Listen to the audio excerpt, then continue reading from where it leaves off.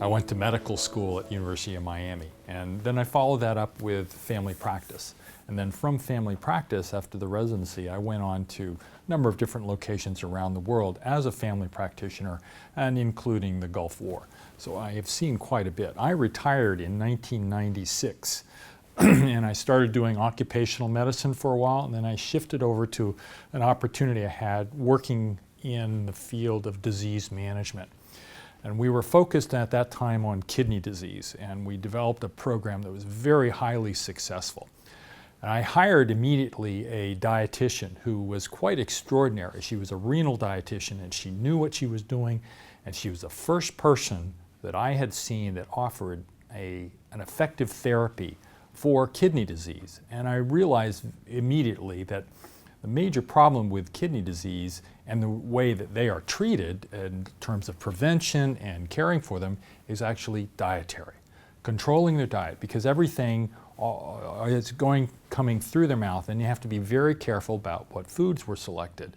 So she made absolutely a stunning result as a result of the approaches that she was using in terms of dietary therapy.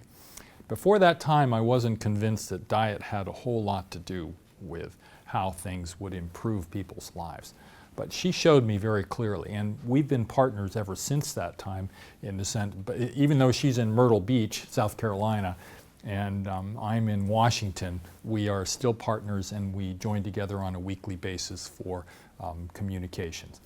She has now 4 dietitians that work for her and for me, and we provide a disease management program to a self-employed group in the Northwest, in Oregon and Washington, as well as into Alaska.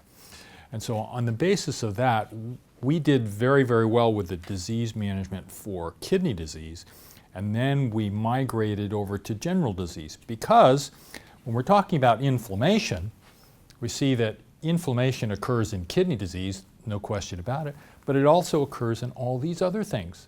So we're talking about heart disease, we're talking about cancer, Alzheimer's, as well as a broad range of other conditions, particularly the gut. We're dealing with a lot of inflammation in an area. So if we could master inflammation, if we could do that with diet and with lifestyle changes, as we're all taught, we're told, but we're not really taught in how to do it. So our program was specifically to coach people in how to do this, how to change their diet, and this was all done remotely. We're always talking about it on the telephone or on the internet to guide people through. But the coaching was absolutely critical. And what was great was to have an insurance company that was willing to make this step forward, allow us to apply these things on a continuing basis, pay for that service that was required without having to pay for a visit to the doctor's office. And so whatever these people needed in terms of the coaching, that's what we did. Stunning success. First year, we had over $700,000 in savings that we calculated as a result of avoiding surgeries, avoiding complications, getting people off medications that they no longer needed. So that really opened my eyes, and I realized how important this could be.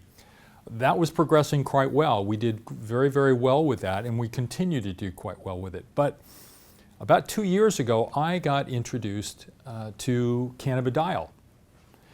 And I had never smoked weed or exposed myself to THC of any kind, but the person I was working with was quite gifted in terms of his knowledge and his ability with regard to a number of medical areas. And he suggested that I take a look at this because based on my questioning of him in regard to some other matters, he thought that I could be of value to the business that he was working on in terms of rolling out cannabidiol for general use.